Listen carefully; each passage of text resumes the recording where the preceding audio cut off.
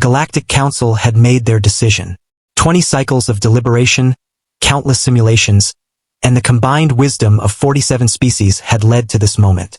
The humans would be sent to Carvoth 9, a Class 15 death world, as punishment for defying the non-inference directive. Ambassador ZXTH's crystalline form shimmered with satisfaction as he watched the human transport vessel descend toward the nightmare planet below. "Let this serve as a lesson," he broadcast to the assembled delegates. "No species, regardless of its peculiar resilience, can survive a Class 15. On the view screen, Carvoth 9 rotated slowly.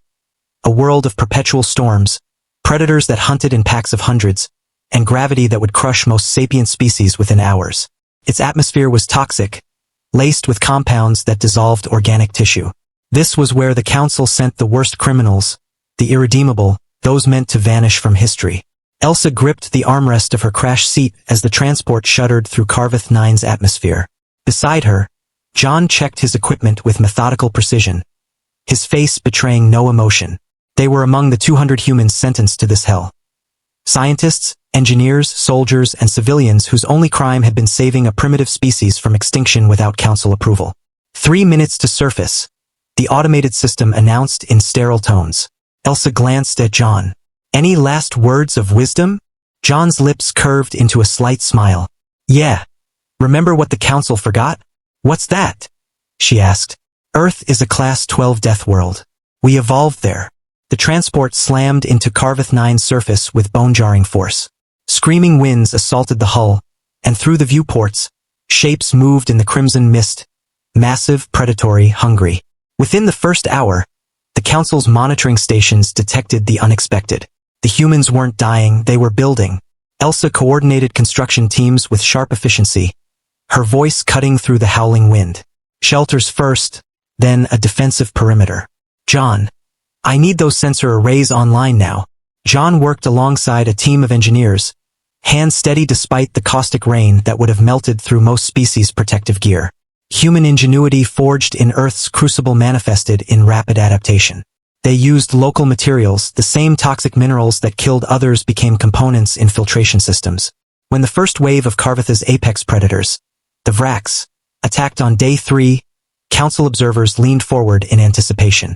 8 meters of claws, fangs, and pack intelligence, the ultimate killing machines. But the humans fought back. Elsa stood atop a makeshift wall. A plasma rifle adapted from salvaged ship components braced against her shoulder. "Hold the line!" she shouted as the Vrax charged through the storm. Humans didn't just defend, they studied, learned, and predicted. Jon's sensor arrays provided real-time data on hunting patterns, weaknesses in armored hides, and frequencies that disrupted pack coordination. 6 hours later, the Vrax retreated. For the first time in recorded history, prey on Carvoth 9 had survived, and inflicted casualties that made the predators reconsider. Ambassador ZXT's confidence wavered. "This is irregular, but they cannot sustain this. The environment alone will break them." By week 2, the humans had established a thriving settlement they called Hope's End, a sardonic joke reflecting their dark humor.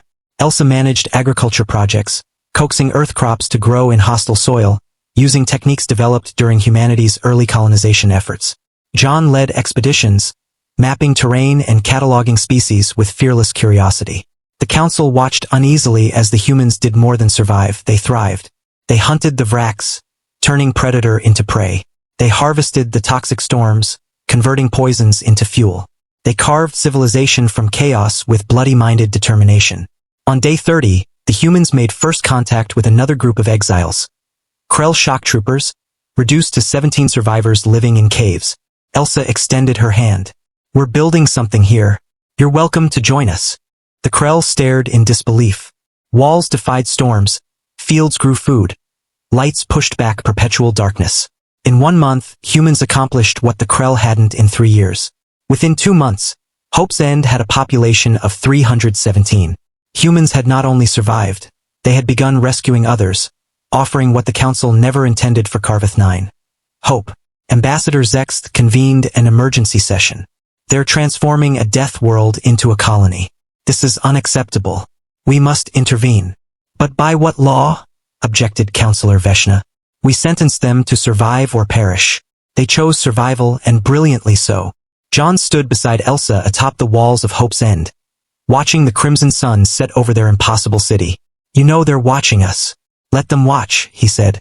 Let them see what happens when you underestimate humanity, Elsa replied. 3 months after arrival, the humans transmitted a message to the Galactic Council. Brief and calm, delivered by Elsa with Jon beside her, silhouetted against the thriving settlement built from nothing. You sent us here to die, Elsa said. You thought a Class 15 death world would break us, but you forgot something fundamental. We come from a death world. Every predator, every poison, every natural disaster you threw at us, we've faced worse at home. We didn't just survive Earth, we conquered it. Carvoth 9 is another challenge, another home. Jon stepped forward. We're not asking for pardon. We're not asking to return. We inform you that, as of today, Carvoth 9 is under human jurisdiction. Any species exiled here will be offered sanctuary. Any who need hope will find it here. The transmission ended with a view of Hope's End, a gleaming settlement carved from nightmare, where multiple species now live together, protected by human ingenuity and determination. In the council chambers, silence reigned. The truth settled like a cold weight. They hadn't sent humans to a death world as punishment. They'd given them a death world to colonize. Humanity had spoken the only language the universe truly understood. Survival against impossible odds, and the stubborn refusal to accept defeat. Ambassador Zexta's crystalline form dimmed. Hope hadn't died when humanity spoke. Hope had been born in their defiance, grown in resilience, and now burned bright enough to be seen across the galaxy. On Carvoth 9, Elsa and Jon returned to work, building tomorrow from the ruins of yesterday, proving once again that humanity's greatest weapon wasn't technology or tactics. It was the absolute refusal to give up. Please follow my channel for more videos. One click from you can change my life.